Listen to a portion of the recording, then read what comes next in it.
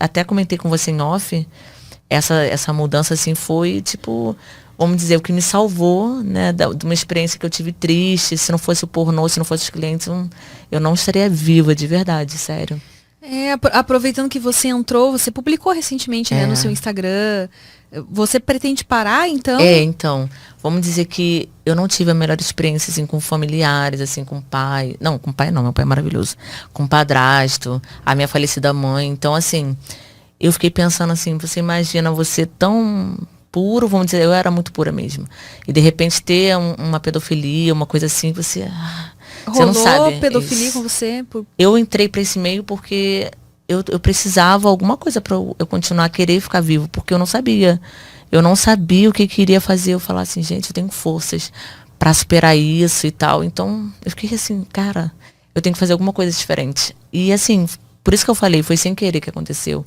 Mas foi o que fez eu aprender, porque eu não tinha experiência, eu não tinha maturidade, não vivi, eu fiquei muito presa assim na minha casa, com meu padrasto, com a minha família. Mas foi o seu padrasto Então, que abusou de você? Eu não gosto assim de expor as pessoas, né?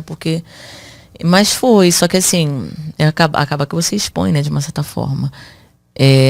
Só que assim, ele não fez o ato, ele tentou fazer. Então, vamos dizer que essa época, uns 13 anos, assim, eu não sabia o que eu iria fazer, se eu sairia de casa, se eu ficaria naquela casa, porque ele pagava meus estudos e, enfim, a minha mãe, de uma certa forma, ela é falecida. Faleceu em 2019, em maio de 2019. A minha mãe, de certa forma, ela gostava meio que ele fizesse isso, sabe? Porque, tipo, a minha mãe estava ficando coroa. E, tipo, ele era pedófilo, então tinha meio que uma forma de continuar mantendo o casamento. Meu Deus do céu, sua mãe foi conivente, então. Foi conivente. E ela sempre falava que não sabia o que estava acontecendo, mas ela sabia. E aí ela deixou isso rolar, né? E no final, assim, vamos dizer que ela deixou rolar para ela ter os benefícios, assim, financeiros, porque ele tem uma situação boa. Sempre teve uma situação boa, né? E ao mesmo tempo ela podia viver a vida dela, assim, tipo, putaria, fazer acontecer, sair contra os homens e tal. Então, assim, ela usou, né? Mas só que eu achava muito difícil lidar com isso tudo. E eu falava, gente, por que eu nasci numa família assim? Você tentou contar pra ela ou nem se sentiu por perceber que aquilo era vantajoso pra ela, você nem ousou tocar no assunto? Não, eu contei pra minha irmã, assim. Eu só não posso ir a fundo, assim, pra falar outras coisas que aconteceram, assim, porque aí eu vou colocar muito exposta e já não dá pra colocar tão exposta, assim, né? Eu prefiro falar de mim, assim, né? Não colocar outras pessoas, assim, que também não tiveram coisas legais, assim, né? Que também viveram na mesma casa, vamos dizer assim.